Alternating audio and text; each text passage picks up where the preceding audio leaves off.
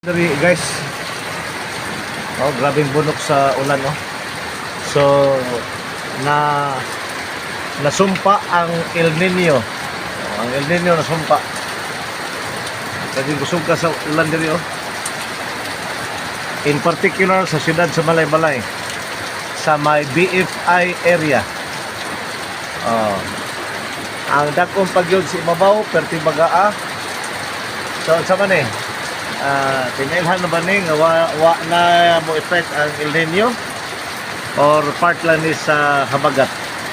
Matapos pag-asa El Nino karong panahona hangtod sa first quarter sa 2027 o niya nagdala po kuno ning habagat.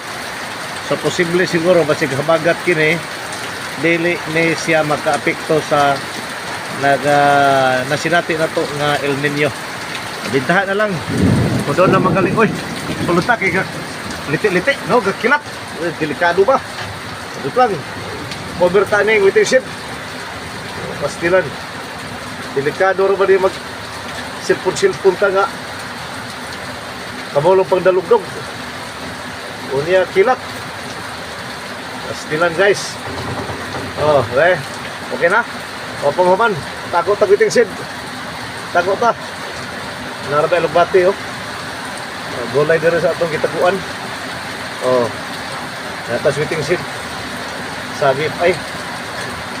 Dito mo kumpiyansa.